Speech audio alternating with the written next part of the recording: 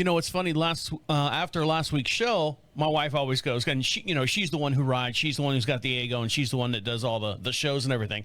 And she always says, how'd the show go? And I go, oh, it was pretty good. And I said, if I learned something, because I do every week, I learn something. I'm the simpleton of the show. I go in there. I said, did you know if you did this, and and she's like, yeah, the horse processed the food better when they were able to chew it and masticate it and get it down in smaller pieces. You're not wasting as much. And I said, well, I didn't know that. She's like, oh, yeah, I knew that. And I'm thinking to myself, well, it's always amazing what she already knows, or does she play the dumb game? Go, oh, yeah, I knew that. But, it's working whichever way it is. Yeah. But no, every time I talk to Dr. Fred, when I got questions in that area, I call Dr. Fred up and I always learn something from him.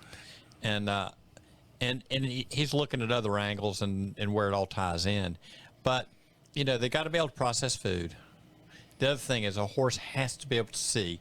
If a horse's eyes are set or not set matching each other, you can have vision problems, which can lead to spooking. It can lead to one-sidedness. It can lead to, if a horse only sees well out of one eye, they'll tend to cock their head sometimes, and that can completely change the way a horse's way of going. I had a teacher in high school who used to look at you like that. Right. And, if they're not seeing well, can it affect how sure-footed or clumsy they are? Yeah, sure it can.